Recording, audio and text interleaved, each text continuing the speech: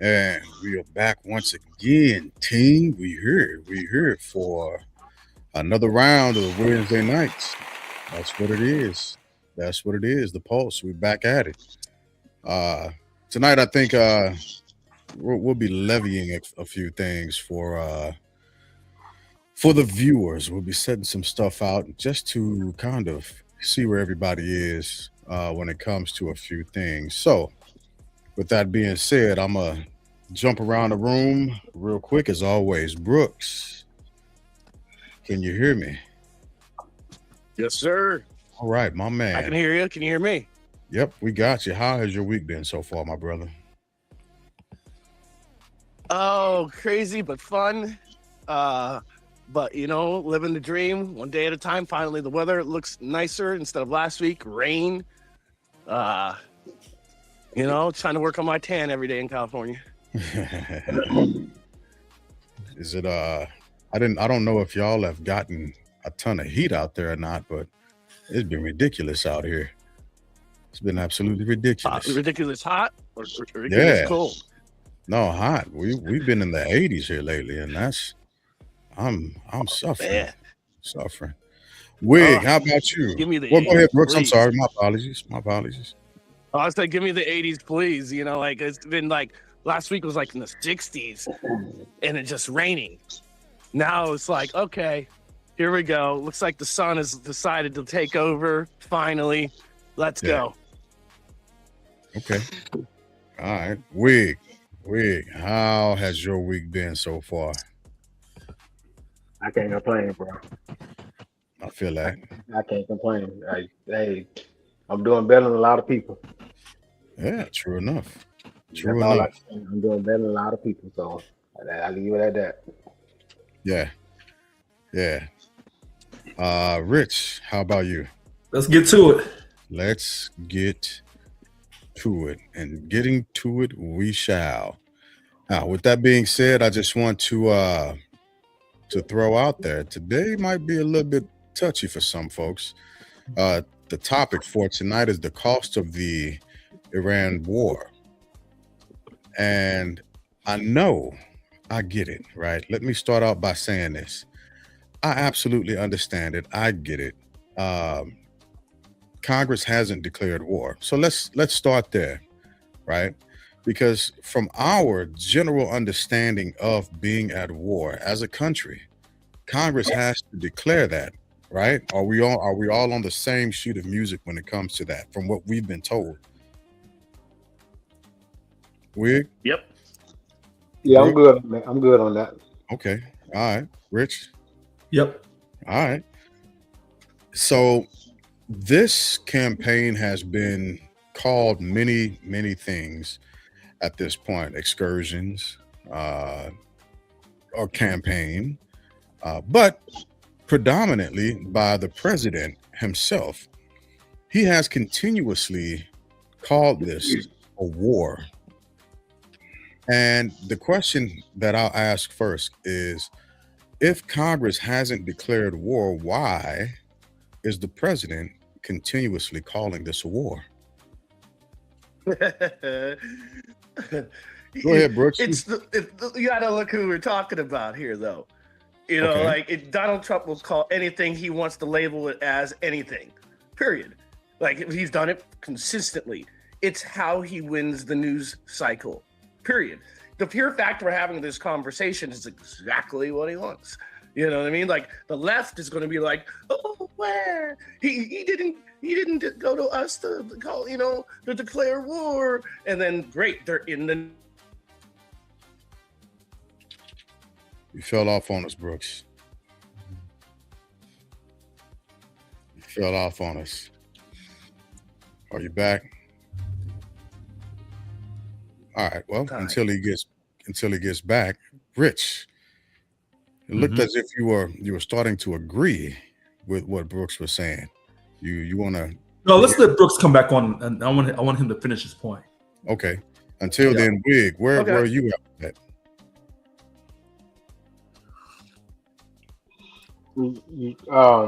I want to hear what Brooks is saying too, but just a little bit. What I'm thinking is when you say when you're saying what's the cost of it, It depends on who's defining cost. Okay. So let me take a note to write that down, because I think that's a valid point. Brooks, are you back? Yeah, I'm here. Oh, okay. You dropped off on us. So we wanted we wanted we wanted you to finish. We didn't hear what the rest of your thought was. I was saying, like, the left falls for the whole, like, what Trump does extremely well. He did it in his first campaign. He's doing it in this campaign. Is he takes over the news cycle. He does it in such a prolific way where the left wants to have their talking points out, but they can't help but reply to anything but what Trump says. And so they're literally talking about what he says the whole time, which kills any of their talking points, kills any of their momentum.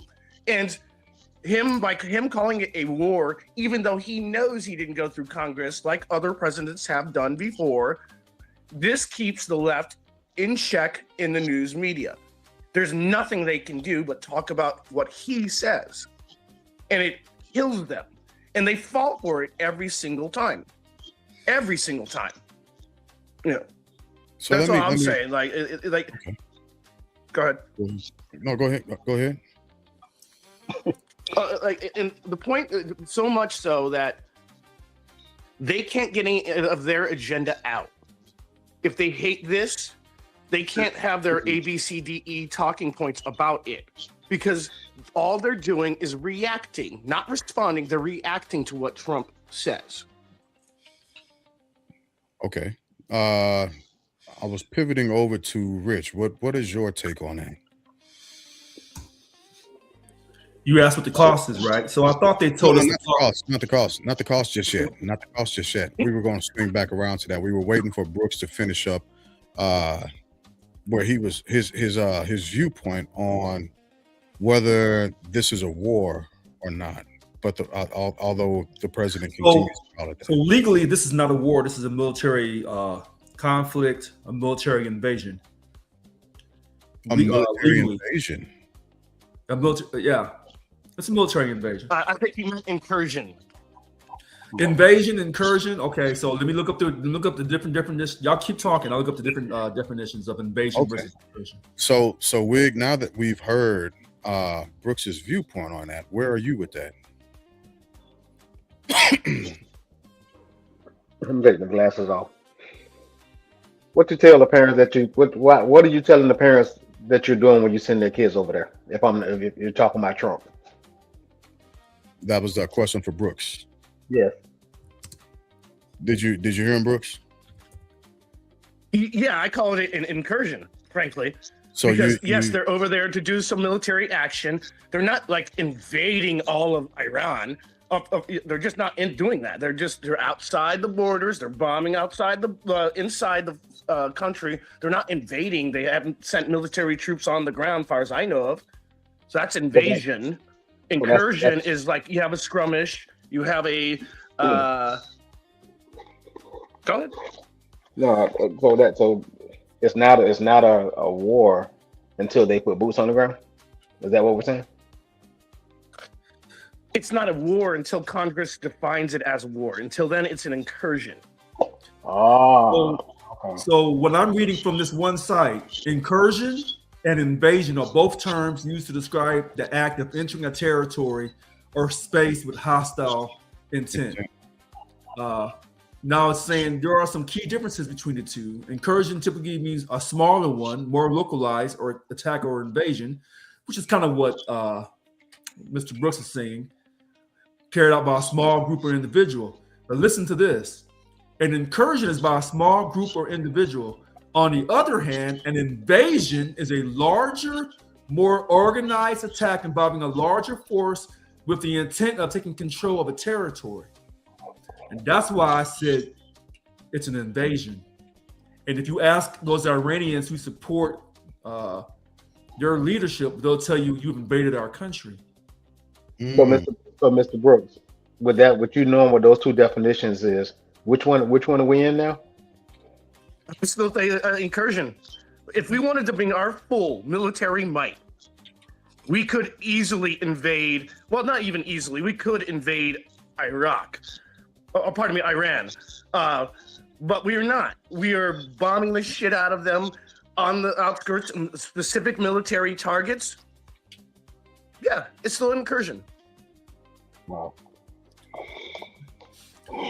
So was that part of the was that part of what you were looking for in his response, Wig, or Bro, yeah, I ain't gonna lie to you. You had A or B. Hey, when he said large scale, that should have told you it was an invasion right there. But you know, hey, we hear what we want to hear, we see what we want to see. Okay.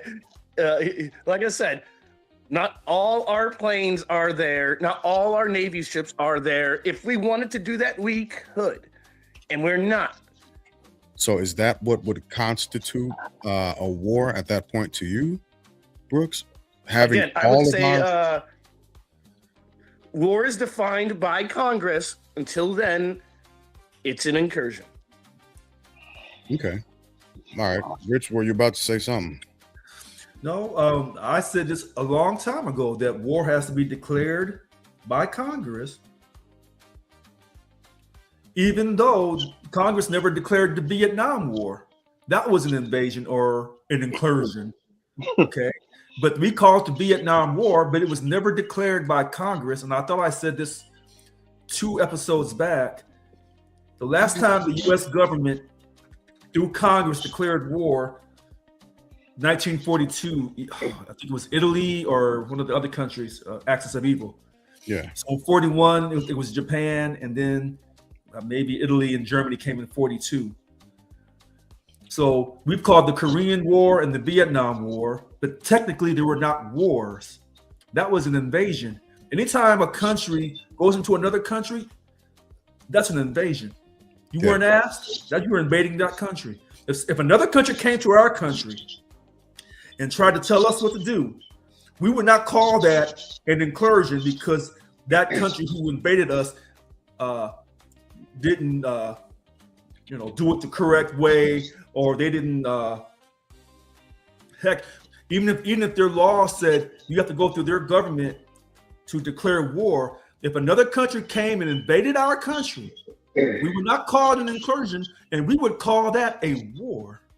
Would we call it an act of war, or would we call it a You would call it, you can call it an act of war, but I'm saying as Americans, this is where you talk to African American veterans, we don't talk the same exact way as other veterans. Okay? Because sometimes we serve the country to show that, we are your equal and we love this country, even though this country doesn't love us the same way. All right, let's just talk facts here. 2 times other countries have tried to come into the United States and take over. One in Washington, where England did it, and they held the Capitol. They burned down the Capitol. They burned down the statues, and they held Washington D.C. for like a solid minute. Hold on. I got where you're going. You got to let Rich finish. So I'll Sorry, finish Rich, I real quick. apologize. No, it's okay. It's okay. I'll let Mr. Brooks. Listen, what I'm simply saying is the reason why so many countries hate us because of the hypocrisy. And I'm going to show you, I'm going to let Mr. Brooks continue to talk, and then I'm going to come back later, and then I'm going to clean this up.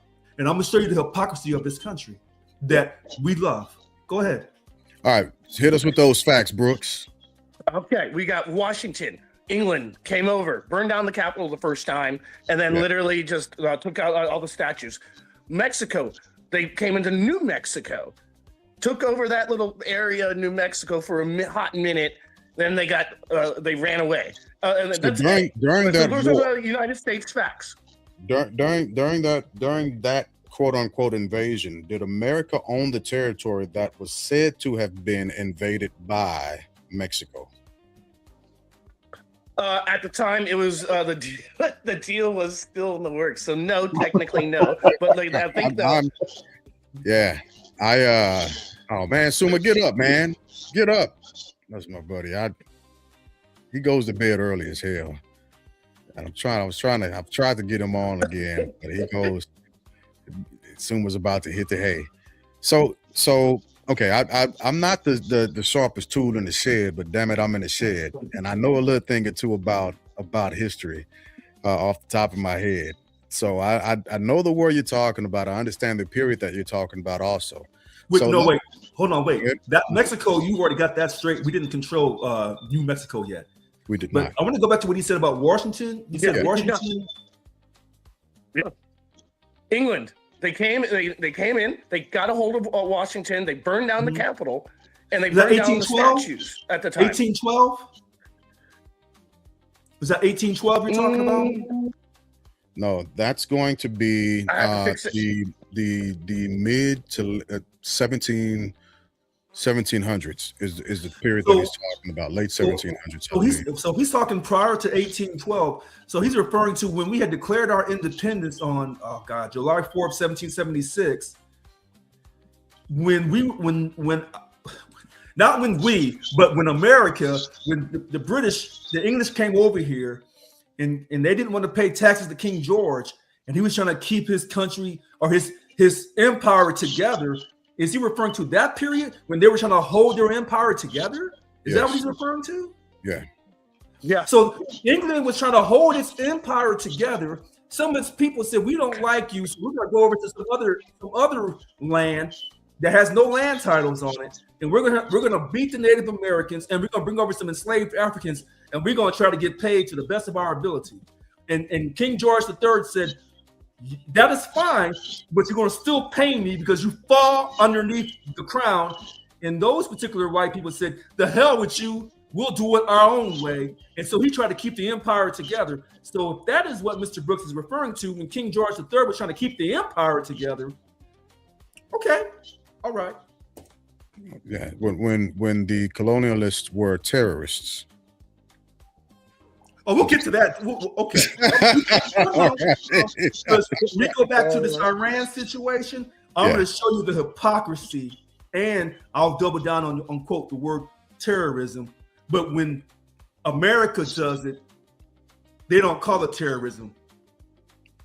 This is true. Okay, so let's get back there.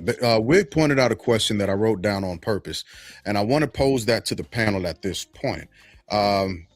When we are talking about the cost of war, I tend to agree with what Wig was saying, because it does depend on who you're asking, right? So when we're talking about what's happening right now, and I'll start this one with you, Rich. And we're talking about the cost of war, be it monetary, be it physical, life, limb, eyesight, so on and so forth. What is the cost of the Iran incursion, war, invasion, excursion, or whatever else we wish to call it? Technically, it's not a war because Congress didn't declare it. Mhm. But if you want to say adjective wise, we are going to war with Iran to protect Israel. Okay, that's fine. So what's the cost of it? Well, then I'm going to throw it back to Mr. Wig and Mr. Brooks, because Mr. Wig has set the pace by saying this is a subjective answer. What is the cost of war?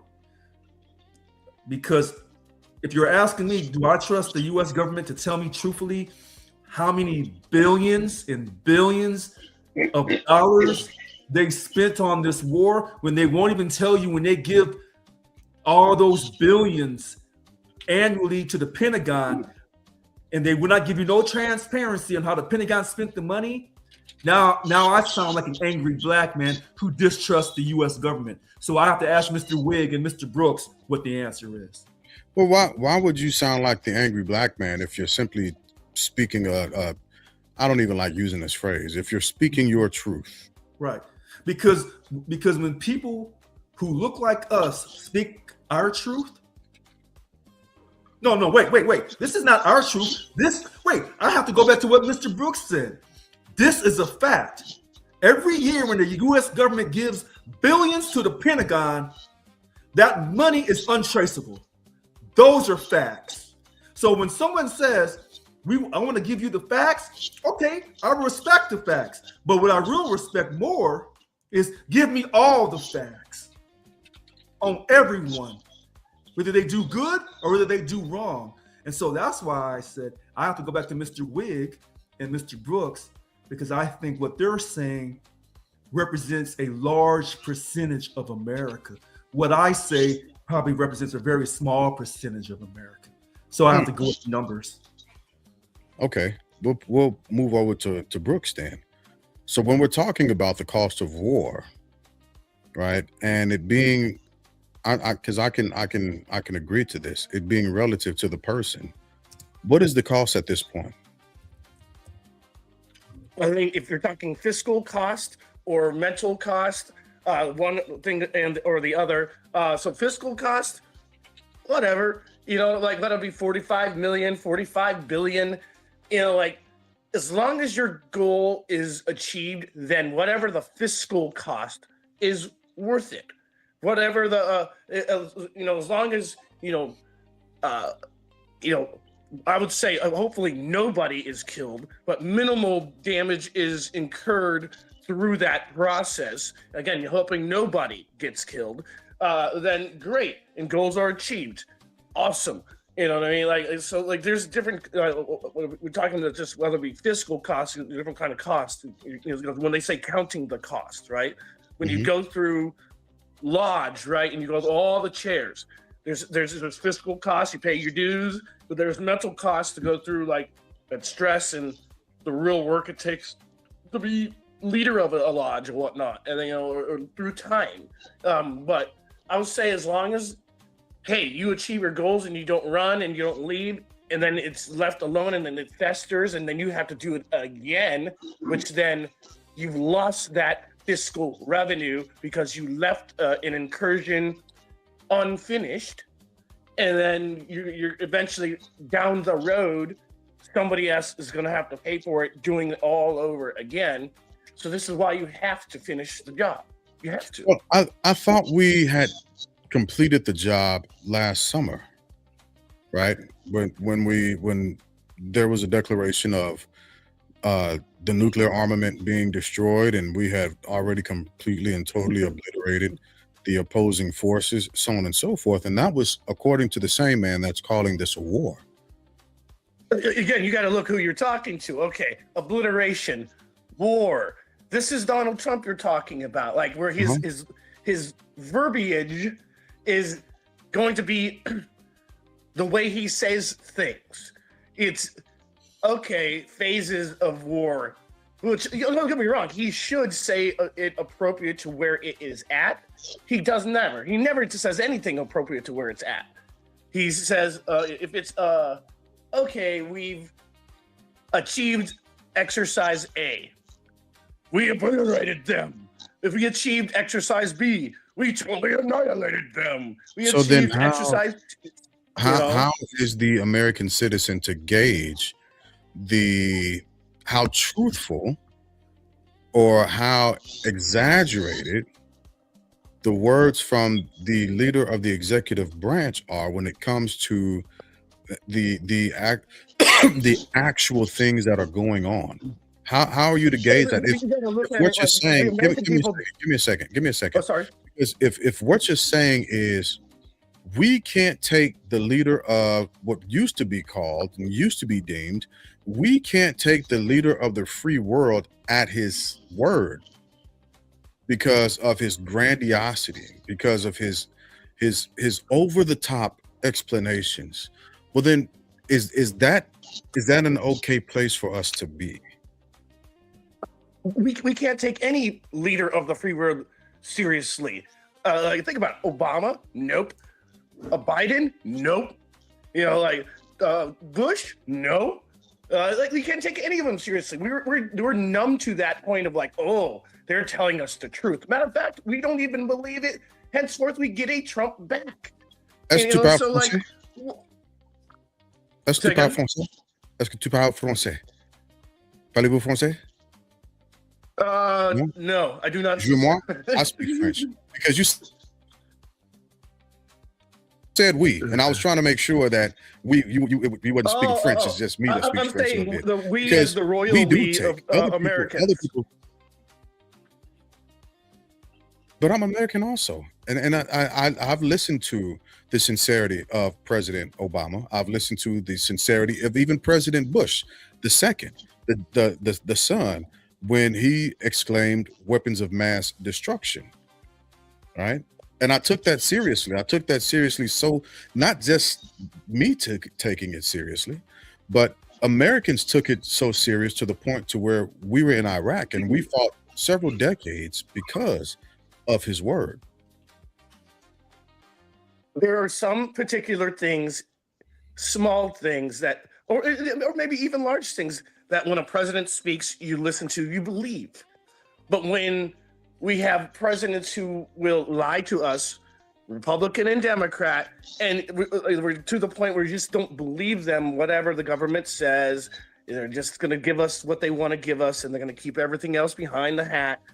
Okay, that's where I would say the majority of the population is. They're like, whatever. And they know that Trump is grandiose. He's going to be like, again, point Article D, we achieved this. We smoked them out of the water. You know what I mean? Like that's what he does. But that's exactly my point. He says those things so the media cycle can say, hey, look, you know, CNN, MSNBC says, oh, Trump says we smoked them out of the water. There's no more threat there. They're talking about him instead of talking about their agenda. And they fall for it every single time. I'll come back to this because I think what you're saying is important. And what you haven't said is how to distinguish between the two. But we'll come back to that because I want to pivot up to Wig to follow up on that statement that he actually presented and pose it as a bit of a question about it. It depends. It's relative to who you actually ask. Right. So basically, first thing, do the first thing. Before I answer that question, I don't think that when he said about speaking, when Brooks was saying they don't believe Obama or they don't believe this person, what I think Lance was really saying was the guy doesn't know how he doesn't know how to talk. Oh. You can't say that they didn't even Bush knew how to get out and read properly from a teleprompter. Yeah. Even Bush and I'm going to say all other presidents knew how to be charismatic. Okay. You don't tell your kids you ain't got the goddamn mortgage money. You know what I'm saying? Oh man, you might have to get a job, dog. I'm short on the mortgage this month. Yeah. Okay, that's that. But as far as the cost of this war, when I say the cost of this war, I'm thinking more humanitarily, because one thing that Iran is showing everybody else, you might as well get armed to the teeth, because if you're armed, then you don't get attacked by the United States. So hold on. So I would say the reason why I said that, my backup to that is, look at Syria, look at Libya. When they gave up their ambitions to do what they wanted to do, they eventually got attacked. And how did it turn out? And how did it turn out for them? Venezuela. Exactly. So what you can eventually start is certain countries might get in cliques and say, okay, we're going to protect each other from this person, from this person. But more importantly, we have to get armed with a nuclear weapon, because the United States don't attack anybody else that can fight back. Damn. Wait a minute, Mr. Wig. I've been saying this for the last year and a half. Why is it any country that has a nuclear weapon controls its destiny? And I can show you every country in Africa where all this mineral wealth comes from to develop a nuclear weapon, yet no country in Africa, not even South Africa, has a nuclear weapon to control their destiny. Because if you have a nuclear weapon, not only can you control your destiny, you can control your natural resources. Exactly. And I'll come back to this about the hypocrisy of this country. So that's what I think. When I say you could put a monetary, we can count monetary all day, but if we're thinking more humanity, this is because Iran is basically telling first and foremost, Iran is not going to give up their rights to make ballistic missiles or nothing like that. That's not going to happen. They're not going to let you come in and tell them how they should live. Even when they was abiding by by the one that Obama put in place, you know, they was doing what they were supposed to do. Yeah. But you come in, you rip it up. You don't go say, hey, I want to add to this. I'll give you something. I'll give you this if you give me that quick pro quo. You just tear it up and say, okay, you're going to do what I say do. And if you don't, this is what's going to happen. And I ran and said, okay, now I have no incentive. None. Yeah. Yeah. So that I monetarily, we can count the money, but what we can't count is the damage that this is going to do for us around the country. Because now everybody else can say, okay, I got a nuclear weapon. You don't tell me what to do. That's what I mean in cost. So it will take countries arming themselves with nuclear weapons in order for the United States of America to back up off of them. Well, I think to add to what Mr. Wig is saying about nuclear weapons that I've talked about for the last year and a half, here's one other thing a country can do other than a nuclear weapon. Have the most advanced AI drone, because you can cut your costs down. Yeah. And you have the most advanced AI drone. I'm talking about not just a drone that can fly a couple miles. I'm talking about have such an advanced AI drone that you can take it and let it fly, I don't know, 5, 6, 7,000 miles and bomb a target. Yeah. Now, you have that type of AI drone that can basically neutralize a nuclear weapon. Gotcha. I see. There's another way outside of nuclear power. So since they're, listen to this. They keep telling us about how great AI is. Yeah. So you let some third world country develop AI to where they can create drones and they can defend themselves. I bet your AI won't be so good then. And but that's where we are, right? I don't know. I think we're on the precipice of that, quite honestly. So let me ask this question. As it came to me, and then everybody was just talking. $1.5 trillion. $1.5 trillion with now let me preface that by saying this, because I know where you're going to end up going, Rich. Thin air, got it. But we're talking about the perception of it. $1.5 trillion. Is that something we need to dedicate to what's happening in Iran? You know what? This is where I have to go back to what Mr. Brooks said. Now that you've gone in, you got to finish the job. But I thought it was essentially finished, according to POTUS. Again, what Mr. Brooks said. He talks in a grandiose fashion. Again, to what Mr. Wicks said.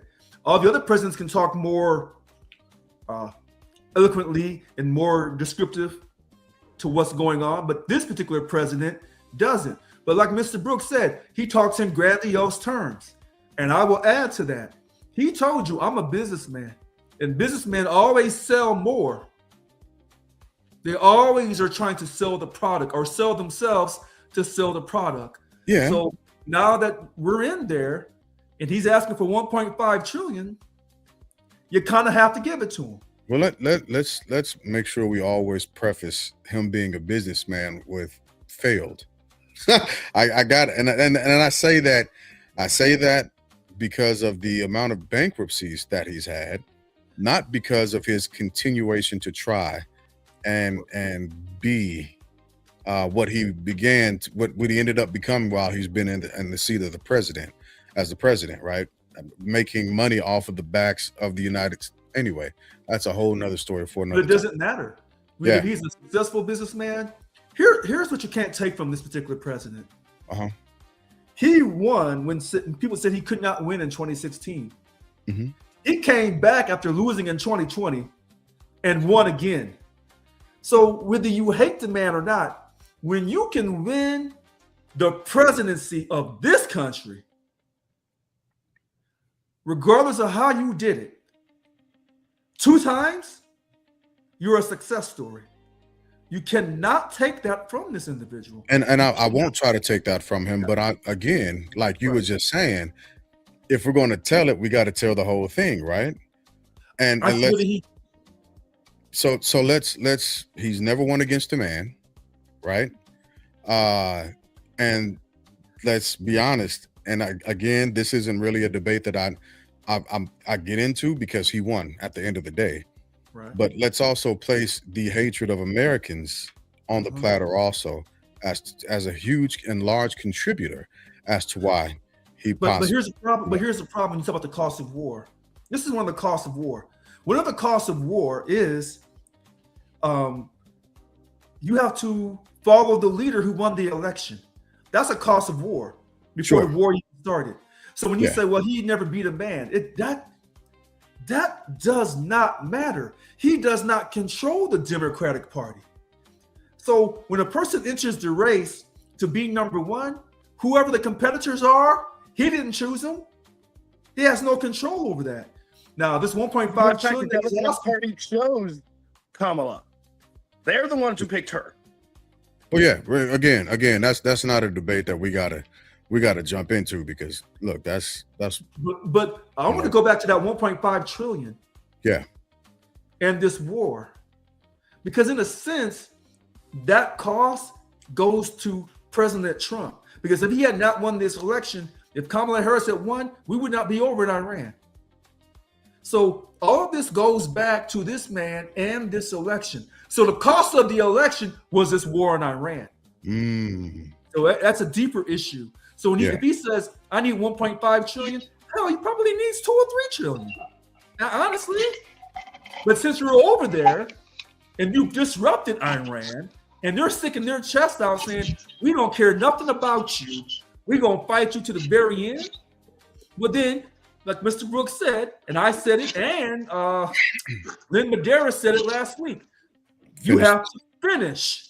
Not just because you claim that you're the world's leader. Nobody took the vote, but you claim you're the world's leader. You claim you're the toughest. We didn't take a vote from no other country. We claim we're the toughest.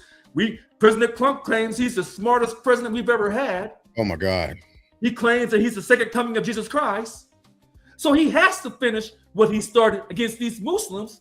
And when your daughter is married to a conservative Jew, you tell me what he has to finish. He should have never gone over there, but now that he's over there, he's got to finish it. And some people are going to die. So when I said on this, and I said, I don't want the podcast to be taken off air, I said, you're going to have to kill men, women, and children. Oh, yes, you are. That's war. And you said, well, we can't do that. We don't do things like that. We're Americans. We do things a certain way. That's not how the Middle East operates. When they come to bomb you, they're going to bomb you from every damn direction. And that's their prerogative. That's how they get down when they go to war. So, unfortunately, we're probably going to have to kill some people, a lot of people, to take over that Iran, because Iran is the jewel of the Middle East. It's not Israel. It's not Saudi Arabia. It's Iran. Wig, you had unmuted. Looked like you were about to say something. Go ahead, jump in there. 1 point. How much was it? 1 point what trillion? 5. Who gonna pay for it? That's a question for you, Brooks. Who's gonna pay for that? Who gonna pay for that? We're gonna print that money and we're gonna pay for it. We know this. That's the easiest No, question on the docket today. So what are we taking away from? They're not gonna take it away from them. They're gonna print the money and then we were gonna pay for it. Period. So our grandkids and grandkids gotta pay. No. Wait a minute. Hold on, Mr. Wig. I've been saying this for 2 years. And Mr. Brooks has just now finally acknowledged it. He said, print the money up. You don't have to take from nobody. And he's absolutely right. Print the money up. That's printed out of thin air. That's fiat money. But while you print that 1.5 trillion up, can you print up $1 trillion to do universal health care and get it started? Can you do that? Because if you did, you would surely shut down a lot of Democrats. Well, let's stay right there. Let's get in the holding pattern right there with what you was just talking about, right? Because It's $1.5 trillion. And recently the president began to exclaim that the federal government can't make these payments for Medicare, Medicaid. We just Child can't care, do it. child care. Yeah, child care, so on and so forth. We can't do it. We're fighting wars, is what he said. I just want to remind you all that that's what the president said. That's not what Jay Glass, the movement, saying. That's what the president said. We're fighting wars. Listen, we just can't do it, right? So if what you're saying, and again, by and large, I don't disagree with you, Rich, that it's a fiat currency. And to Brooks's point, if we just gonna print it up and print it out, well, then why are utility bills being raised roughly 8 to 12% during this time? So now here's the problem, and this is one of the weaknesses of the Republican Party. One of their weaknesses. If the Republican Party was to really state the truth that the money can be printed up and it's fiat, what would happen is then the Democrats who are far left of the Democratic Party and the Democratic Party would say, well, then I really don't have to work. Why do I have to work? You can print the money up, and as long as somebody else accepts it, then I don't really have to work. Yeah. And so, and this is going to happen maybe now up to the next 20 or 30 years. If the money has no value except in the perception of it, you don't have to work to earn the money, just print the money up. As long as other countries and your own country accepts the money as a value of exchange, then you don't have to work. Then you can let AI do everything. But now we're getting into if you just print the money up,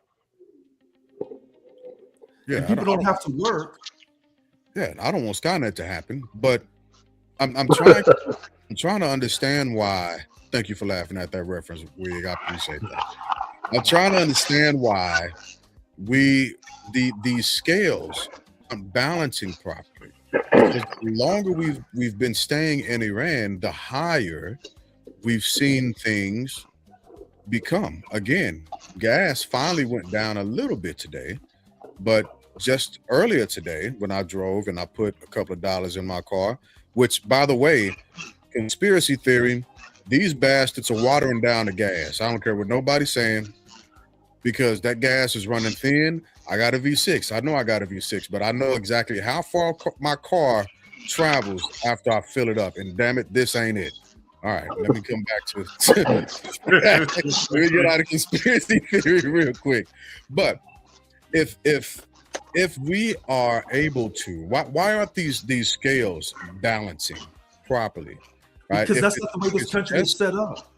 Well, I get that, right? But if it's just fiat currency, if we can just print the money, right, well, then nothing should be happening to groceries, utilities, Medicare, Medicaid. Nothing should be happening to wages, to with people having their federal income tax checks sent out late, and we shouldn't even be paying that for that matter. Wait a minute. Here's where wait a minute. This is where it gets tricky. This is where if Lynn Medeiros or Deuce was on. Remember when we talked about the word economics, and I told you it's a fake science, it's a pseudoscience, it's a liberal arts science. It all depends on your opinion. Sure. Do you think resources are scarce? Now, for those who truly believe in God or Jehovah or Allah or Yahweh, we truly believe that nothing is scarce, that God provides everything in abundance. Only man tells you, Mr. Adam Smith, that we don't have enough of everything.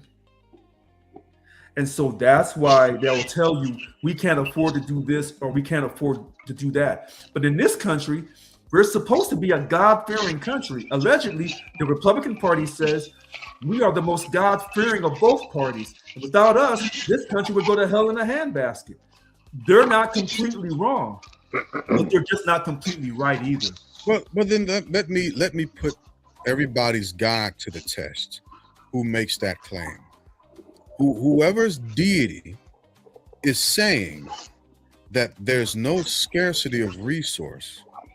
I need your deity to go to a gas station in Anywheresville, America, and point to the gas sign and tell people who are about to fill their vehicles up from a bank account that's almost overdrawn that they don't have to believe in that number that's up there.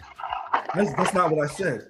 I said as long as people believe that resources are scarce and the wealthy run that game on the lower masses, Yeah. that resources are scarce. So we can't afford to do certain things, but other things we can afford to do. For example, my belief in God says that I want everyone in America, because I believe we have the #1 country, even with our character faults, that we are the #1 country and we should have the best health care. And this idea that if you have socialized health care, you'll destroy the country, I cannot accept that. So in the same hand, when I say we have the #1 military, but I serve the country, so I'm biased, we have the #1 military, and we'll spend whatever it takes to have the #1 country, the #1 military, so we can, quote, protect ourselves from somebody else. Take that same attitude about giving health care to your people. And so that's partially my point, right? That and I'm because I'm there with you. I am.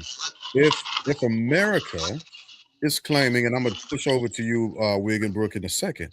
If America is claiming that in all of their 3,000 plus denominations, they have the right character of God divided into those denominations, right?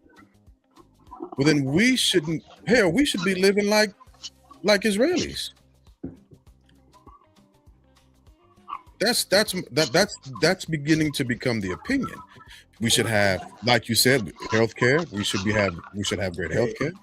We shouldn't have to worry about this capitalistic society and the fashion that we do. We shouldn't even have the thought of the perception of a fiat dollar damaging or coming in between what we're doing, because deity has expressed something different, especially for the politicians that are making these laws and pulling these strings and saying one thing in public but doing something else. One quick point, and I'll let Mr. Brooks and Mr. Wick get at it. When they tell you about, in the Old Testament, you have to work, that you can't be lazy, that you have to work, and they're not wrong. They're not wrong. But what they leave out is Israel. No, I'm going to go to the middle. I'm going to go to Oman and Qatar and Saudi Arabia. Yeah. Okay? Through the blessings of Allah, they have that oil well. All right? And they take care of their people in a way that we don't take care of our own. Yeah. All right? And we got more oil. When you look at the foundation of this country, this is where you go back to your foundation. You didn't allow women to vote initially. You said that one group of people were inferior, so you can enslave them and bring them over. And you told the Native Americans, if you don't have treaties, we're going to fight you for this land. And even if you have a treaty, this gun, this musket that we have is stronger than that bow and arrow. And we're going to beat you for this land. That's your foundation of this great country. I'm going to shut my mouth. No, I think that's a perfect point for you to end on, because that is what seemed to me to be happening during the past talk, right? The Iranians knew the games that Americans play. Once we got into the meeting rooms and we began to backtrack on the things that we said publicly we agreed to through our president, they ended the actual ceasefire, the peace talks. They walked away from the table, right?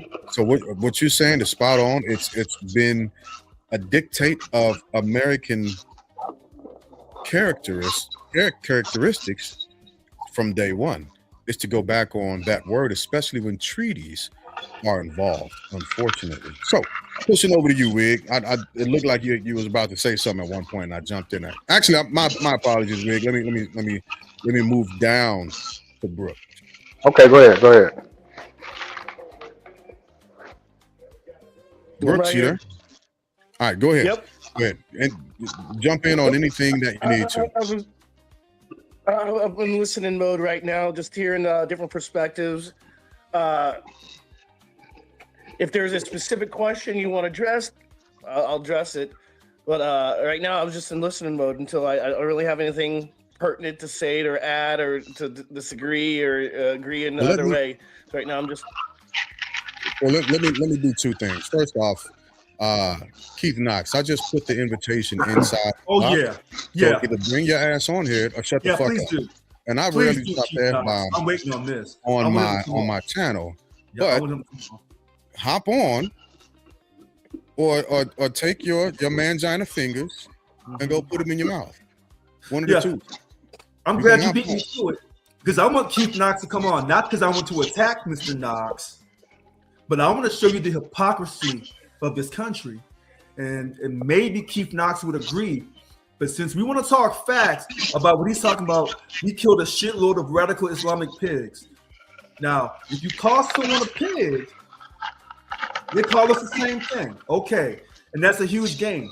That's his opinion. I respect that. I don't. Then he says, if you didn't complain about all the illegal aliens that came in here and took jobs from African Americans, well, hold on, Mr. Knox. I'm all for stopping that border and enforcing border security. So you Well, must I'm have me not. confused. But hold on. Because what I want Mr. Knox to do is, and I'll go to any website he needs me to, but find me literally find me a specific black job so I can pull it up and see what it looks like. That's what I want. That's what I want anybody to do for me. But I Find want me those African American jobs. But I'm pretty sure that Mr. Knox won't come up here because Well, I just want like Mr. most of Knox, the times, but I want Mr. Knox to know that not every black person yeah, that's true. that comes on this show is a Democrat or a liberal, because I am not, Mr. Yeah, Knox. and I will And neither also, am I. yeah, I will say that for the record also. I'm not a Republican. I'm not a Democrat. I'm not a party affiliated liberal. I am no party preference. Yeah, but I really wish he would come on. He won't. Because there's something else I want to say about this hypocrisy of this country, and I was trying to wait to the very end. But since he's jumped me on this, he wants to talk about Iran and this and that. Here's the funny thing about Iran. I'll put it back. 1979, Khomeini was put in office because they had a revolution, right? Yeah. 47 years later, 2026, we've jumped in and invaded Iran because we said that Khomeini is a threat to humanity and he's a threat to Israel. Okay? 47 years later, 1979, so in 2026, 47 years later, we invade this country with the 47th president. That's not by accident. Okay? By the 47th president. But what Mr. Knox has not told you, and what the American news media, not even CNN or MSNBC or NBC or CBS will tell you, is that our CIA was over there wreaking havoc in 1953 and ran that leader out of office that was elected by the Iranian people. Okay? That leader that was elected by the Iranian people, the democratic government, got his ass ran out. Okay? And then we established who we wanted to be in charge. Then the people in Iran said, we sick of this, but we have to go with this religious zealot, Khomeini, in 1979, then that's what we're going to do. And that's what they did. So the truth be told, we were acting like terrorists in Iran in 1953. I wish Oscar was on here because he could run through all of Latin America and tell you how many times our CIA has gone down as a terrorist organization, quote, spreading democracy. Spreading democracy. Was it Panama? Was it Venezuela? Was it Nicaragua? Oh, God. Cuban. Cuba. Oscar needs to come on and set that record straight. Argentina. Because we're spreading democracy. We're looking for resources, but we're spreading democracy.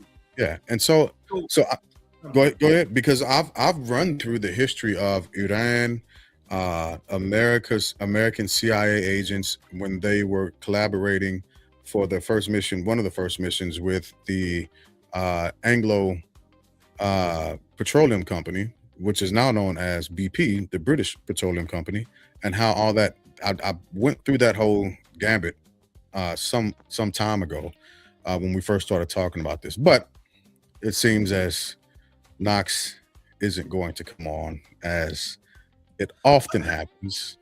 Wait a minute. Listen to this. The number 47, which is ironically, people don't realize this. What happened in 1947? Does people know what happened in 1947? Not off the top of my head, but if you get me started, I'll probably be able to finish it. All right.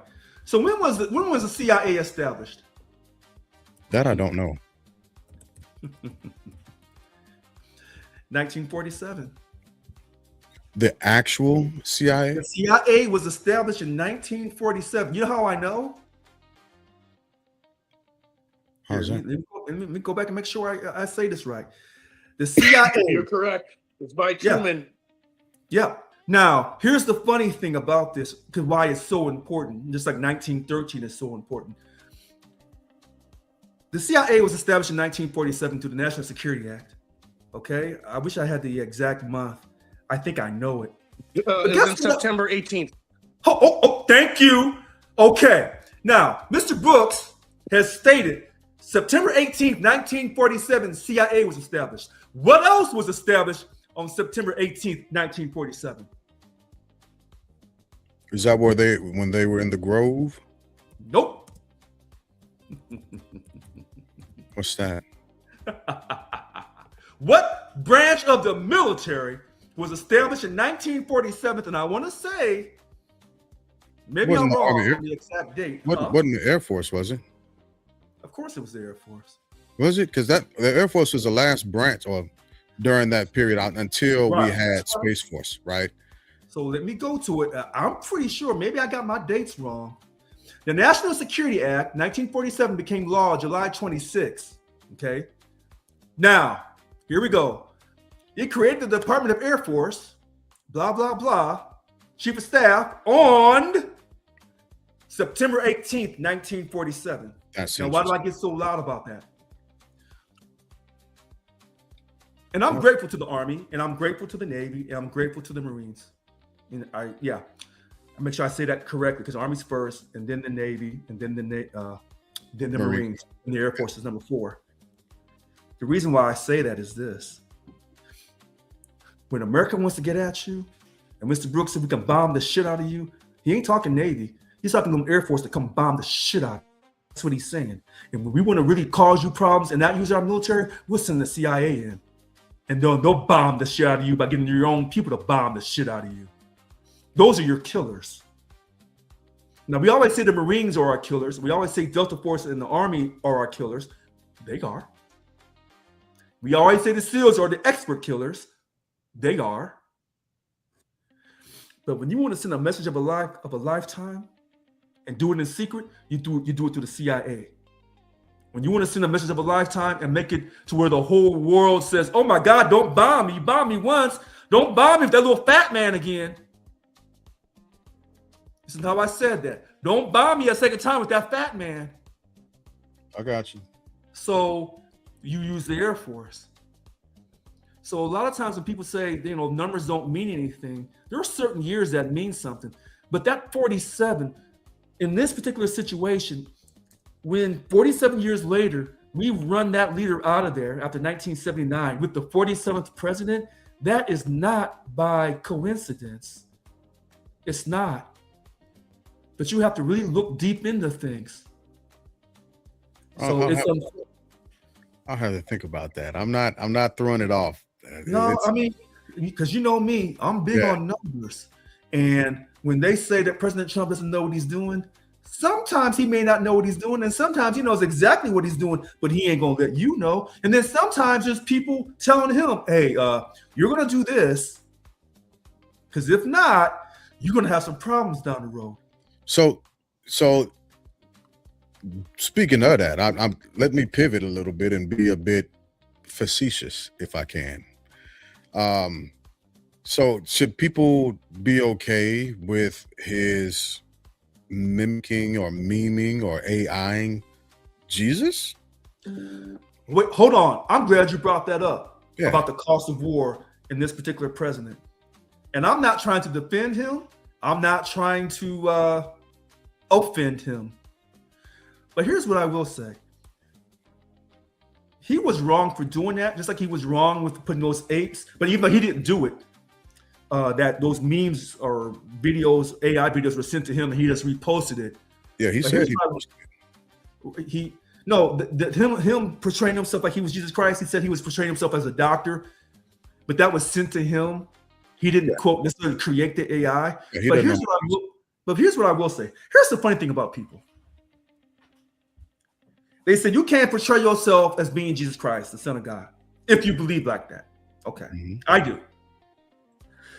So you can't portray yourself as being the ultimate white man. Listen to how I say this. The ultimate white man. Because Jesus has always been portrayed as being white in Europe. And his father, God, is portrayed as the only great white man. That Sistine Chapel, when he's pointing and touching Adam, you're not supposed to paint God and Jesus and the angels as any color or as any image, as in the commandments, Exodus 20. But they did it anyway. So when Donald Trump says, hey, if you want to think that I'm the second greatest thing since Jesus Christ, hey, I'm cool. In a sense, I can't blame him. Because you should have never portrayed Jesus as being a white man to begin with when you knew that was a lie. You knew that was a lie. So for this particular white man to come up and say, well, hey, I want to be Jesus Christ, I can't blame President Trump. So let me ask this, right? Is this one of those times where we should just take POTUS as, oh, he's just being him. He's grandiose. He's over the top. He's just being extra, and he's got the attention of the news media. He also got the attention of the motherfucking Pope too. But I'm gonna come back with that in a second. Go ahead, Wig. Why are we lowering the bar?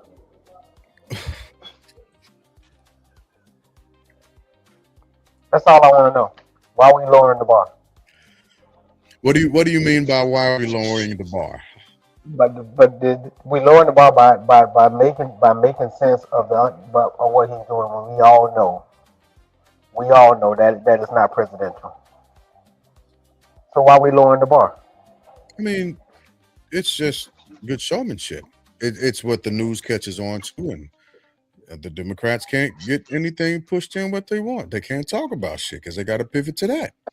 But they can pivot to that all they want to. But at the end of the day, who owns all three branches of government and they ain't passing no bills? Yeah.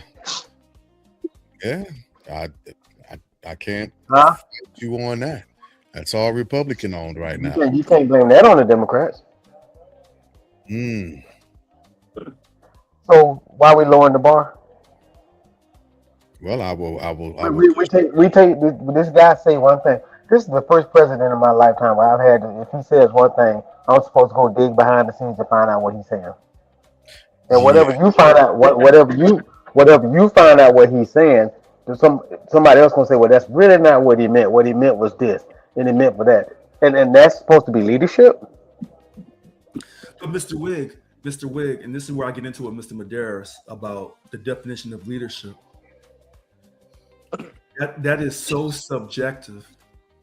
So I know what you're saying, and I agree with you. But anytime you ask people about leaders, hey, isn't this an interview test? Is a leader trained or is a leader created, or is a leader born from birth? So I think a leader is trained, because you got a lot of people born with silver spoons in their mouth by as stupid as I don't know what. Let's look at the president. He was born with a silver spoon in his mouth, and right now, nobody can honestly say that this guy almost. I ain't saying he's the dumbest person in the world, but you better hope that person don't die. Well, I can't dispute what you're saying because that's your personal opinion. All I know is this. Y'all give this guy way too much credit, dude. No. Y'all do. Y'all give him way too much credit. Oh no. What I do know is this. Leadership is a subjective word to a lot of different people. Okay. And what we know as a fact is when you want to run to be the president of this country, I don't care how smart you are, I don't care how dumb you are, you got to have somebody pulling for you, and you got to have something to you to win a presidential election. No, no. You can't tell me one time that you ever heard this guy talk coherent about any policy. No, he hasn't. And I've One run, time. I'm talking about the whole time he's been in government. Name me one time he's ever talked coherently, trying to convince you about a policy, and it made sense to you. Well, but Mr. Wig, when you say that, I can't go against your opinion, but unfortunately, Opinion? what, You heard him talk? You been listening to him? okay, No, I'm just saying, bro. Listen, I want to root for him. But look, you know, we all been in school before, right? And you have these classes where they're a little slow. Even they have to line up to go to lunch. The person in the front supposed to be. shit. Hold on, Wig. Kind of lost you. Yeah. Say something? Yeah, can you hear me? Yeah, we got you. A class where everybody a little slow. They have to still line up to go to lunch, right? Yeah. So somebody's gonna be in the front. But you ain't finna follow the one in the front because you know how stupid that person is. Just because you put in there, just because he's in that position, he can't be making. I don't know who's making decisions up there, honestly, but that's scary. But here's the problem, though. Here's the problem. When this man had a track record from 2016 up to 2020 through 2020, regardless of how he communicated his policy, he had a track record, and he came back in 24 and won an election. So enough people said that we don't think you're that dumb. We'll take a chance on you, even though we know that you'll say and do anything at any given time, and you won't have no accountability for it. So And what the was his people- track record? What was his track record? What, from 2016 to 2020? Yeah. Well, I'm not a Republican. I don't know his exact track record, but Shit. I can tell you. He was brazen. His- He would his- say his- anything he wants. He wanted first the N words term- like the Abraham Accords and His whatnot. first And term like, was shit. Just like this term is shit so far. But here's the problem, though. When you can convince more than half the country to vote for you, to where you don't just win the majority vote, you sweep the swing states, and you win, of course, the electoral college. Then when you say this person is that dumb, then you're really calling, God, I sound like a Republican now. You're really calling half the country, and I'm not a Republican, but you're calling half the country, you're that dumb to put this individual back in office when you know what he's done from 2016 to 2020 and how he's acted from the time he left office in 21. I'm done. Go ahead, Mr. Lee. What's the more importantly- average? What's the average American reading level? Hold on, Wig. Something's up with your audio. Give me a second. Let me try to see if I can fix you. All right, I think we got you. Go ahead. while you're fixing that, bro, Glass, Go ahead, bro. more Go ahead. importantly, the other party was that bad that the majority of American people said, no, we want that guy back. Listen, y'all keep using that, y'all, and listen. Let me preface this. I'm not debating you all on that point. That people were looking and saying the Democratic Party was just that bad, right? I'm not debating that. But I'm also not going to give Americans more intellectually than where we actually are. And I'm saying that, See, no, I agree fortunately, with you because I they're think smart. Americans are smart. No, They actually will vote for their. That's not true. That's unfortunately not Okay. true. And that's the. I agree to disagree. Fair. I'm talking statistically. The average American, we are not a bright country. Look at where we are globally, educationally, right? Look at and not just from here recently, but go back and look at where we've been going and where we've been trending. So Right. just so the internet has done a horrible service of making people who are not all that intelligent look bright. They've done a But horrible job with that. but you know, for me it's very simple. It's very simple. He gave a certain portion, a majority portion of Americans somebody to look down on. Yeah, and that's part of the ploy. And again, that's why I say a lot of the people who voted this last time for the current president, they didn't vote out of intelligence. They voted out of hatred and fear. Wait a They minute. were Hold on. feared, they pushed fear of immigrants, and they pushed hatred of minorities. Well, wait a minute. Hold on a second. I had this conversation years ago with somebody. This is how I always know who runs in elections like I have and who hasn't. Number one, we're still the greatest country with our character flaws.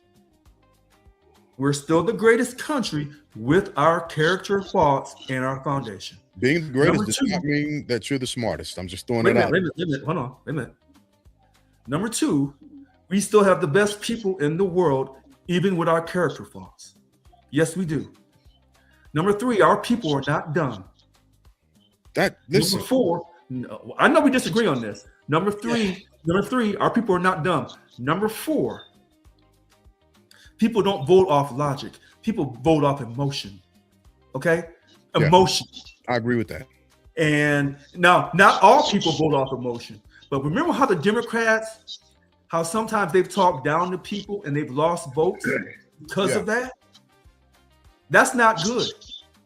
Even though if you're pointing out somebody's insecurities and stuff and that they're voting against their best financial interests, that's not good. But you can't really talk down to people. And I'm guilty of that. Sometimes I can go at people and say, hey, look, blah, blah, blah, blah, blah, and know I'm right, and they know I'm right, but because of how I made them feel.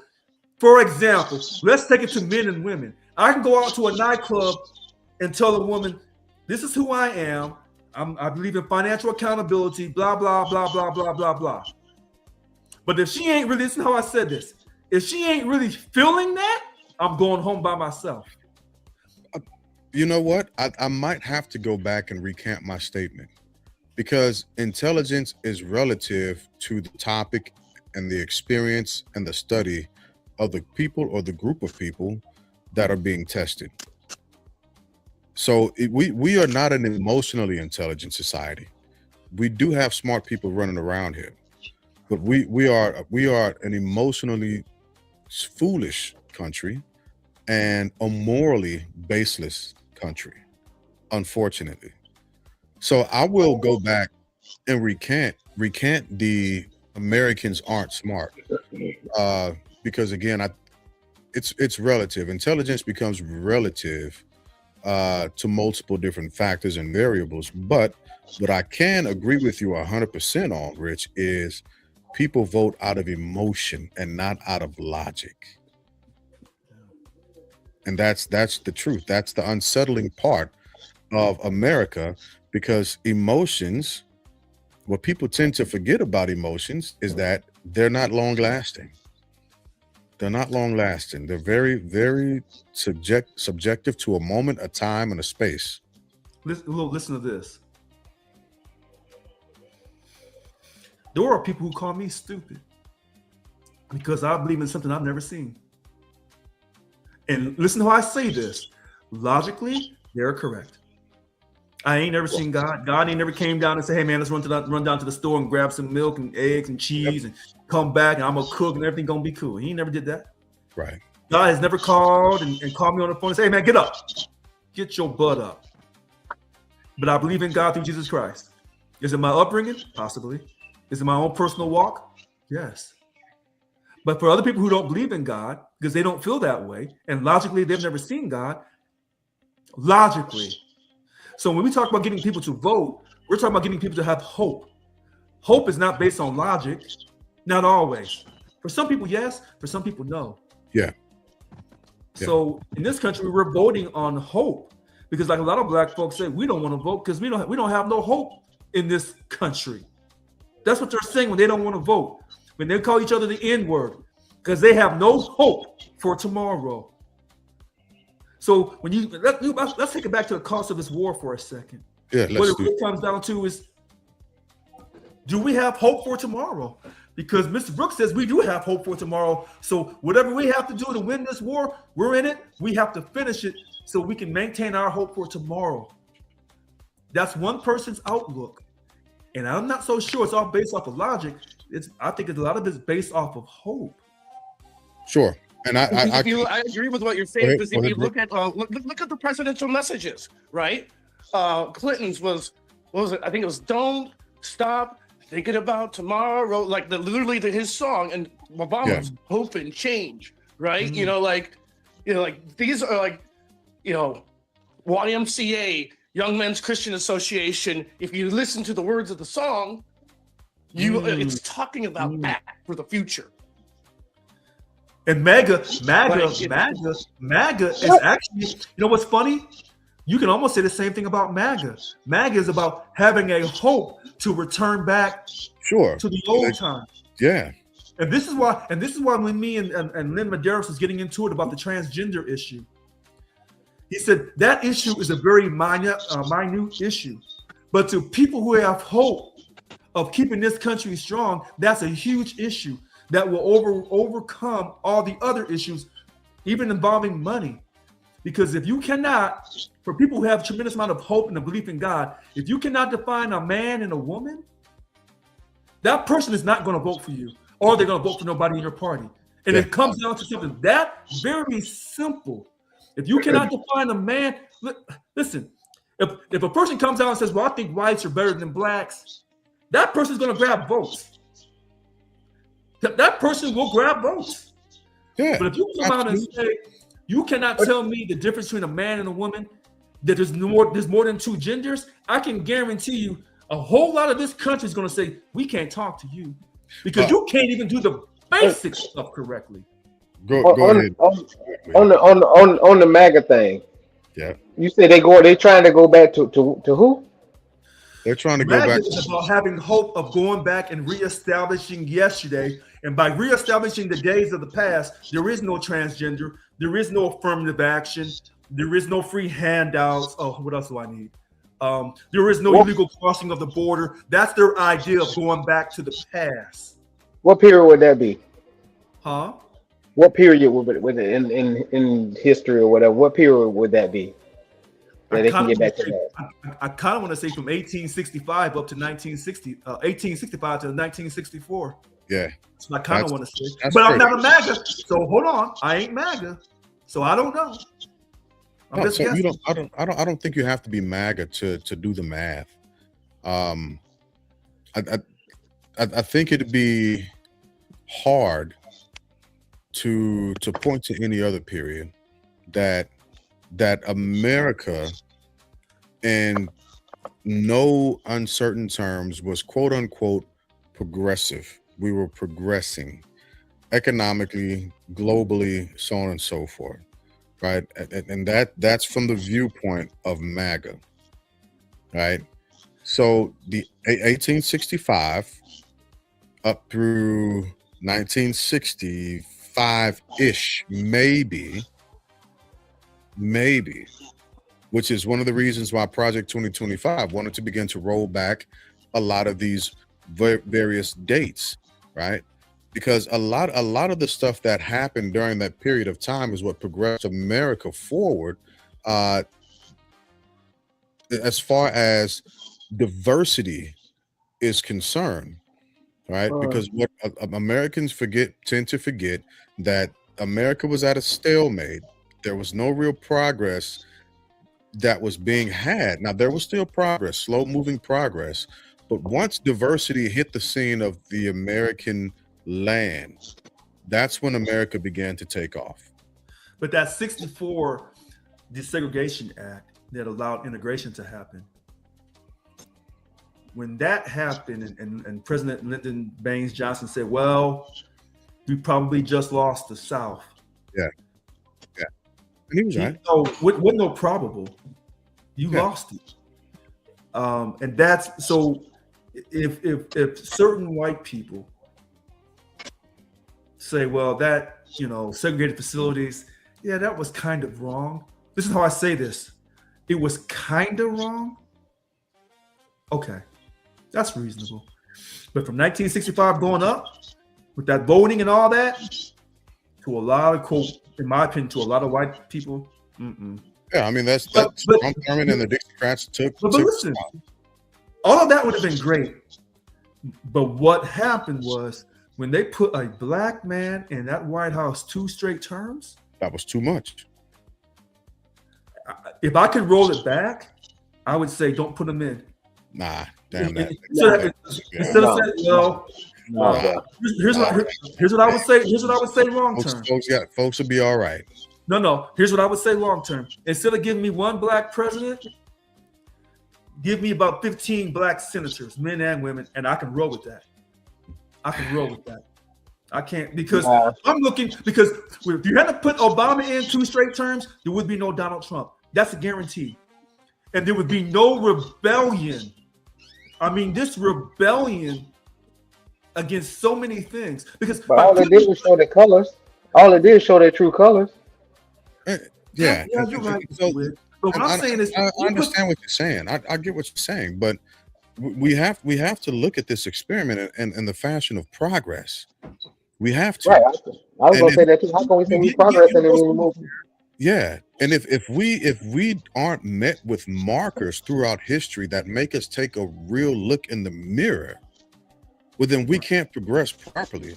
And so maybe President Obama did make a lot of people take a look in the mirror and realize, wait a minute, I am still pissed off about 1965. I am still pissed off about 1964 because my papa name was telling me about that, right?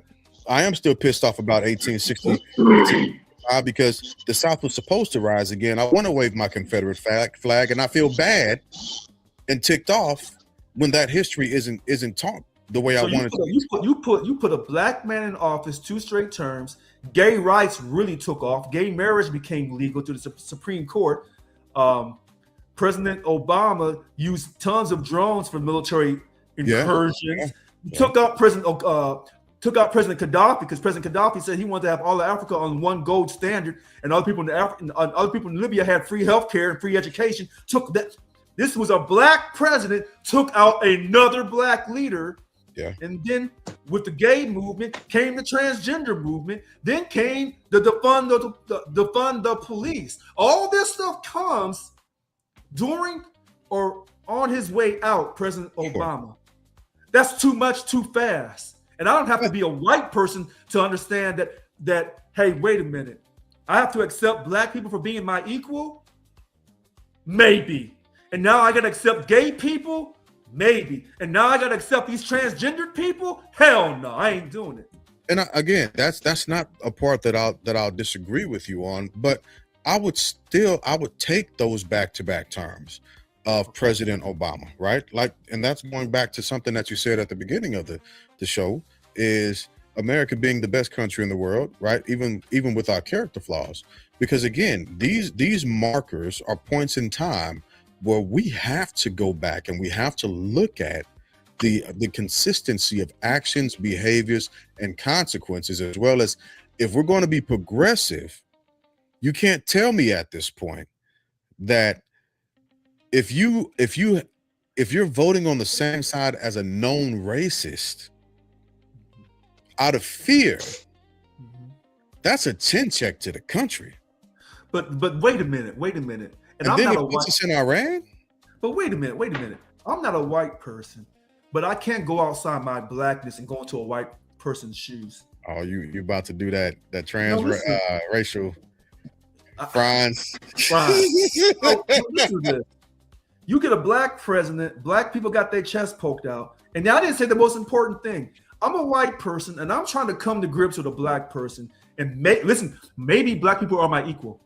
And I'm trying to come to grips with black people. And then next thing I know, they talking about they want reparations. And I'm a struggling white person? And I halfway like you? Halfway? And now you're talking about you want some slave reparations? Well, yeah, I'm just so saying, as a white person, even when it it's a comes little to much. reparations, just A little much. just so my white brothers and sisters in America understand this, nobody's asking for reparations out of your pocket. I just wanted to throw that out there because that's something that's been sold to our neighbors. That's going to happen as if we're going to colonize their houses, Right. cash in their assets to put in pockets as a form of reparations. That's Right. not a thing. That's not a part of the actual. That's not a part of the Yeah, but actual it's topic, the and that's whole. not how that. Listen, you're probably absolutely right. But as a white person, listen to these words that I'm using. I'm a white person that halfway likes black people. Halfway. Yeah, I got you. Some of y'all I love, and some of y'all I can't stand. And then I listen to y'all call each other the N-word on songs, and then I start listening to the songs, and I start saying, well, you know what? Maybe I can like black people, and I can say the N-word again. No. So then you say, as a white person, oh, well, that's a double standard. And then you're talking about these slave reparations, and you're saying it won't come out of my pocket, but that ain't how I'm feeling. Because if the black folks is getting some slave reparations, where's my reparations? And then Sure. you said, well, factually, Mr. White person, your great grandfather got the Homestead Act. But that was him. Then it get passed down to me because my so-and-so didn't get along with so-and-so, so we didn't get none of that cut. So now you have white people mad saying this idea of embracing diversity and equity and all this has gone too far, too fast. They're probably saying, look, we didn't overthrow the country. We put a black man in the White House 2 straight terms. We should have overthrown the country then, and we didn't. We say behave. We tried to run them out of there. Yeah, I'm sorry. I got to take off, guys. I'll see y'all next weekend.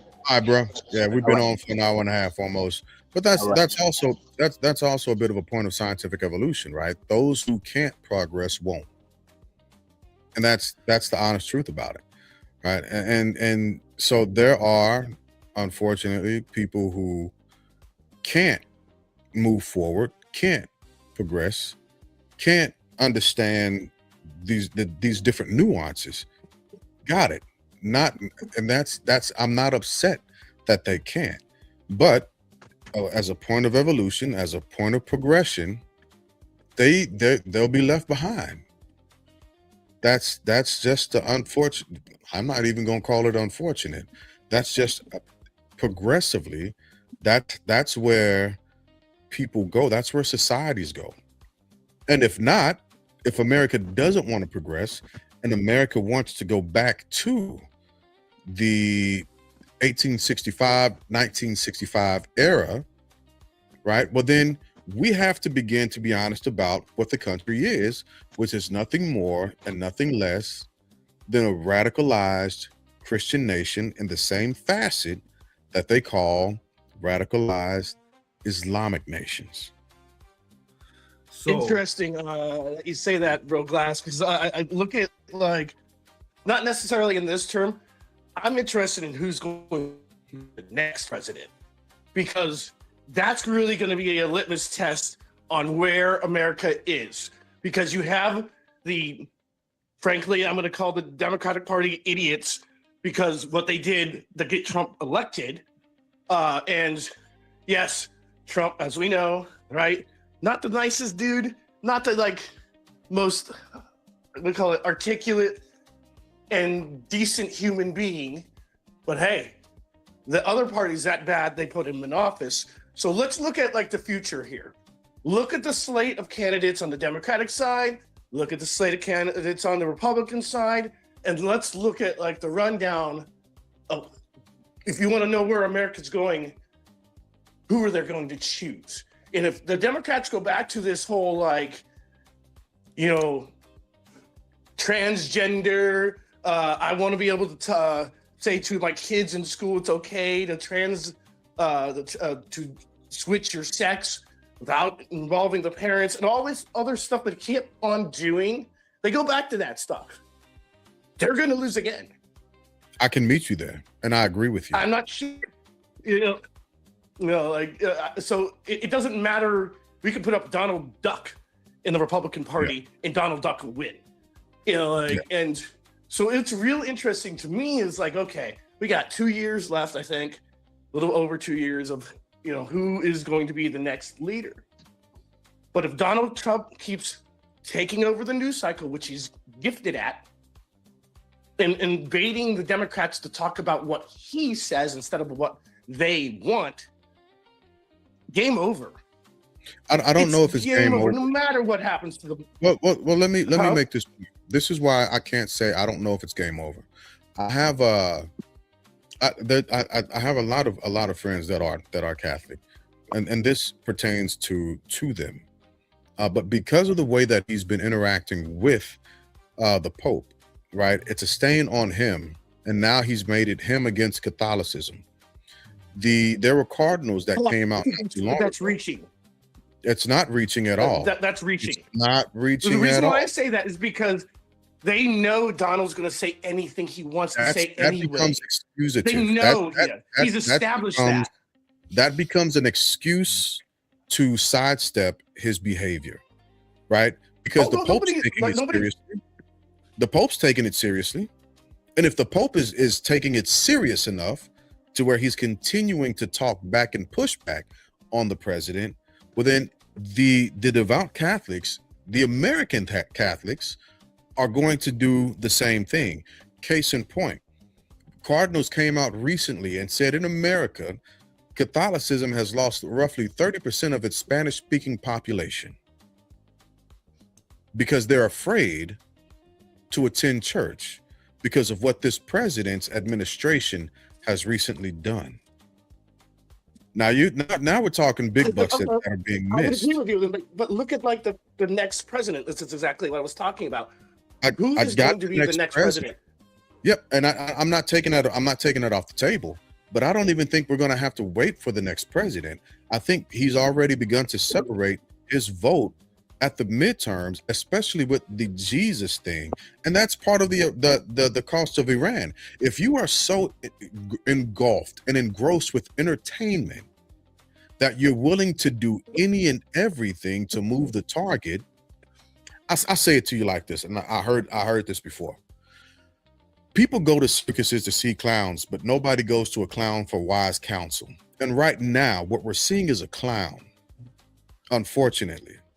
No, if it becomes to the point to where, we just can't take him seriously, well, then why would people continue to trust their vote and their power and their voice to him? Now, I will agree, and I will cede the fact that if the Democrats run backwards and they begin to try and push their narrative of transgenderism to placate to a specific demographic, they've lost again. They've shot themselves in the foot. But right now, the president is doing more than enough to lose both the midterms and the election. You know what? I tell you what, Mr. Brooks, I think is right. But I'll add this. President Trump's not running again. So the Republicans have to decide who's going to be their leader. Now, naturally, you would think it'd be J.D. Vance, naturally. But I don't know how President Trump feels. All right. He's going to Venezuela. But no one knows who's going to be the leader. No one knows who's going to be the public leader of the Democratic Party, because Nancy Pelosi has run Mr. Sowell not just out of the governor's race in California, she's run him out of Congress. Oh, yeah, absolutely. So there's a lot of... Go ahead, Mr. Brooks, go ahead. No, I agree with you. I look at it like the last thing the public perception knows of the Democratic Party is they didn't even have a primary. They threw Joe Biden out. They shoved Kamala in, and she got her ass kicked. And now they've done this again. And they've done this again. Wait a minute. Hold on, Mr. Glass.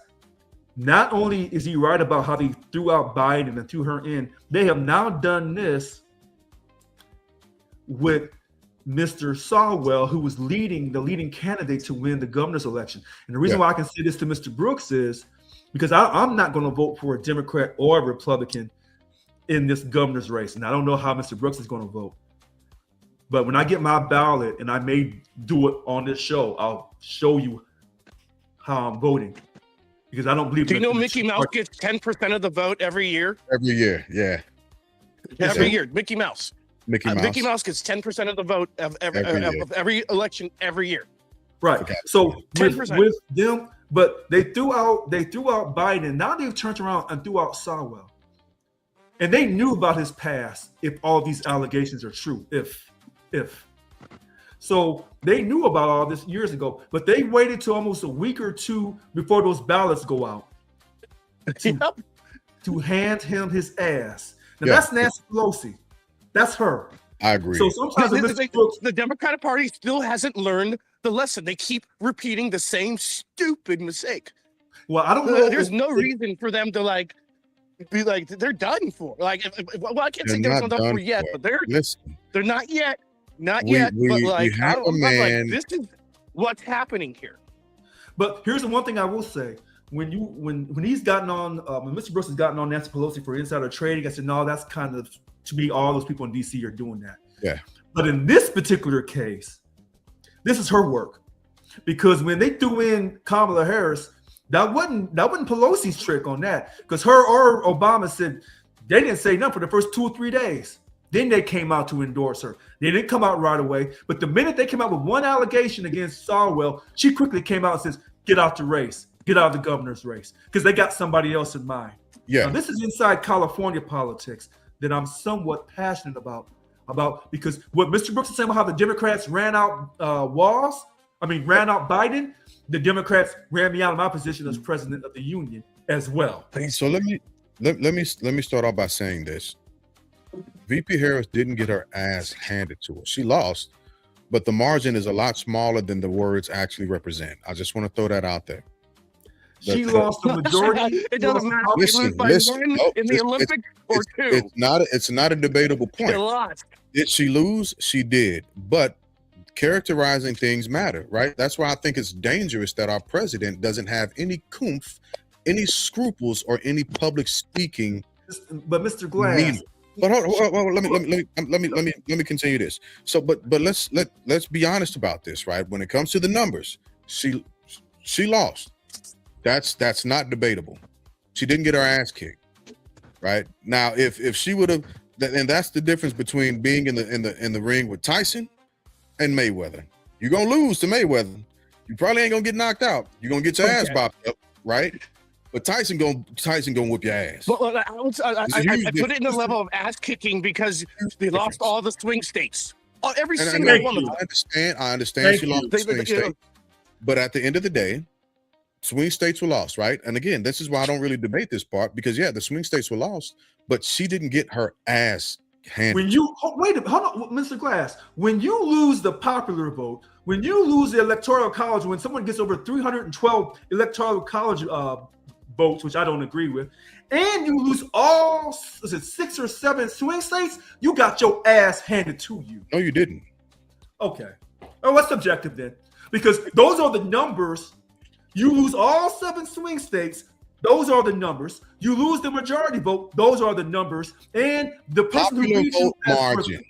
Popular vote margin, Trump 77.3 million, Harris Okay. 74.6. Margin Okay. was only 2.7 million votes, which is 1.5 to 2%.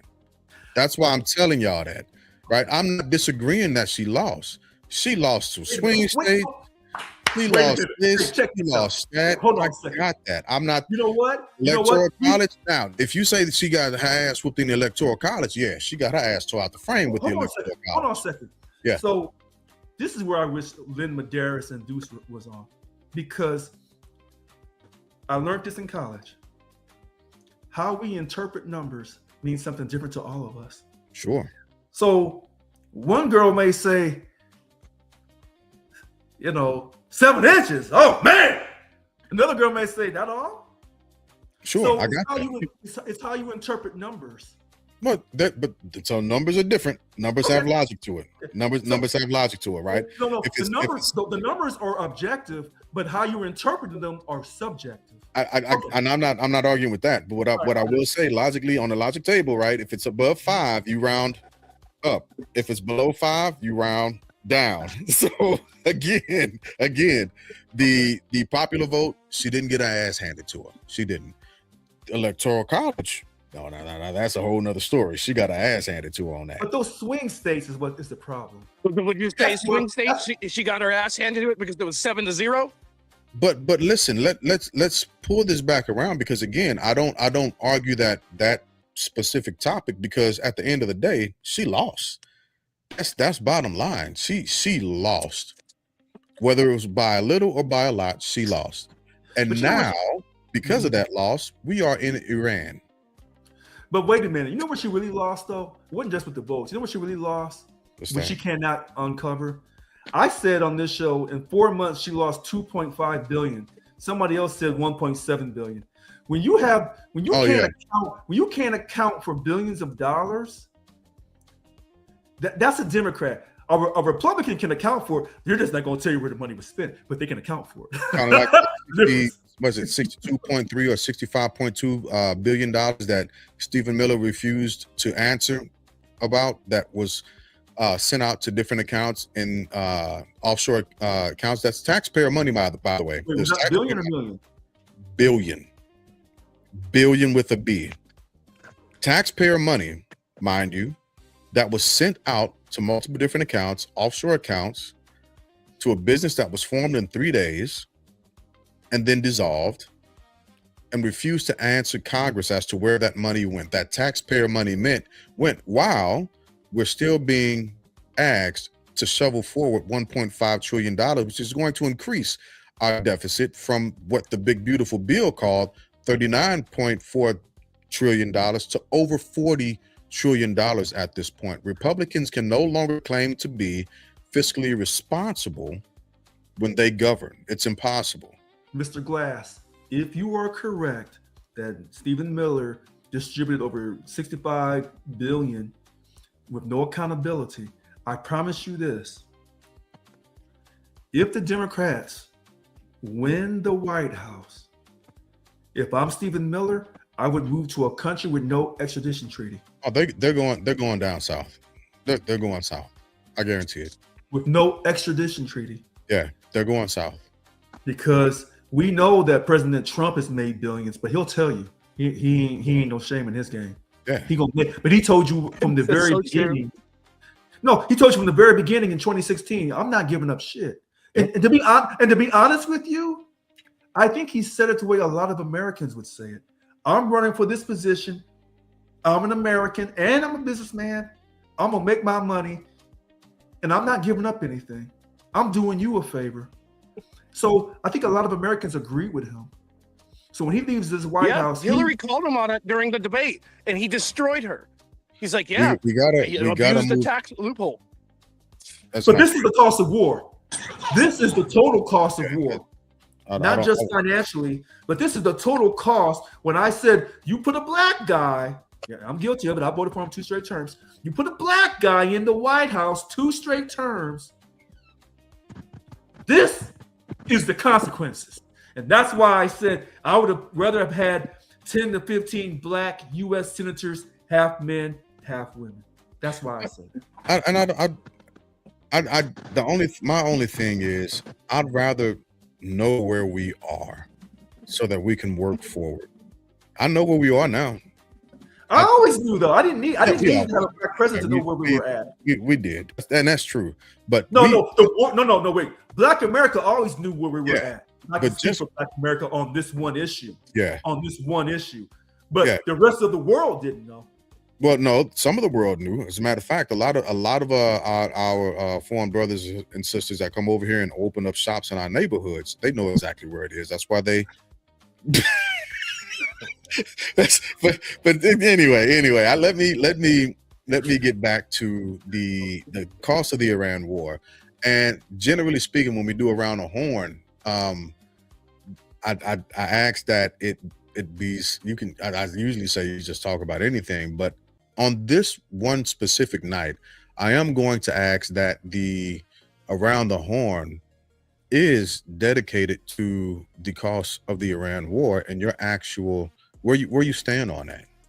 And so we will, y'all know I ain't finna go first. Brother Brooks, we will put you on first.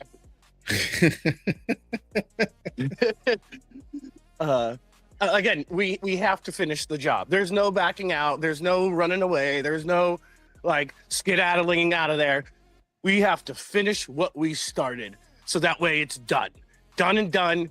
All our objectives achieved, without mercy, without equivocation, without mental reservation, done. And whether the cost is 1.5 trillion or 5 trillion, finish the job. That's my round the horn. I like it. I dig it. Wow, he did that fast. All right. The total cost of the Iran conflict is immeasurable. All wars are immeasurable because you have short-term costs and you have long-term costs. And these costs are not just financial, they're emotional. And here's what I'll say to wrap this up really quick to keep up with Mr. Brooks. America will be bombed again. And I don't want to hear no one complain. I don't want to hear no one say, well, why would they bomb us? You already have your answer. Thank you very much. I'm President Brown, Local 1000. I mean, okay. Yeah, let me flip my camera back around once again. So TikTok can keep seeing my face. If I ever ran against you, President Brown, I would win. That'd be a good, you know what? I can do polls on here now. And what I might start doing is putting up polls to see if we ran for presidential debate on a topic tonight, and let us do that real quick just to see where the people stand on it. Anyway, let me knock out my around the horn real quick. So mine is fairly simple. The cost of the Iran war is already too high. And it's not because of any financial reasons. It's not because of any direct inability to politically remove ourselves from it, but it is because there haven't been any flat out objectives laid. There hasn't been any real understanding of what we're doing there. And because of that, we've lost lives. We've lost American lives. And we're continuing to lose lives. And people are being moved around as pawns on this chessboard of life. And some of our friends and family members aren't going to make it back. I got a buddy that's over there, and I spoke with him not too long ago. And it was a very real moment, a reminder of the uniform that I hung up in August. Because I could very well be over there again myself as a logistician. So sure, there's a financial cost. And I explained this to my children the other day, you know, how they're going to have to pay for what is happening now, and it's not fair to them. My grandchildren are going to have to pay for what is happening now. That's money. Money comes and goes. It's not real. Can't take it with you. I get that. But what is real are the lives that are being played with. That's real, and that's the cost. And if we had leadership, if we had leaders who valued the lives of the soldiers, sailors, Marine, airmen, and even Space Force, Coast Guard, if they valued those lives, they wouldn't be moving like this. This is very trashy. This shows that America has lost their strategic footing, not just globally, but specifically in that region. The rules, the art, and the science of war have been torn to shreds because of a failed decision. We shouldn't be there. We should not be there. And we need to pull out as soon as possible. The blockade needs to go. If it's a matter of pride, well, then you figure out a way to get out pridefully, but you don't allow American citizens to stay over there and get killed for no reason. 1 minute it was for liberation of the Iranian people. The next it was because they've got nukes that we were supposed to have destroyed a while ago. And then it was because, well, we can't let them get nukes again. Nothing is relevant. Nothing that they're saying has given or sparked a moment of hope that America is doing the right thing in that region this time. We don't need to be there. The cost is too high. We've lost lives. and nobody can explain why. So that's my around the horn. That's my take on it. And I wish we could get our people out of there. I really, really do. We don't need to be there anymore.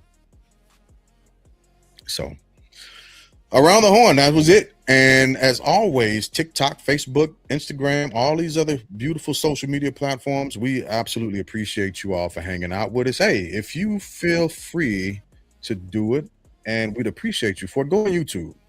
Look up the Family Bloodline. You can look out for the post. You can also look out for the Legacy Table. And you can also look out for Maya K, our financial coach, who has joined our conversations here within the last 2 weeks. And we are getting her spun up on segments that she will be continuously pushing out during this financial literacy month.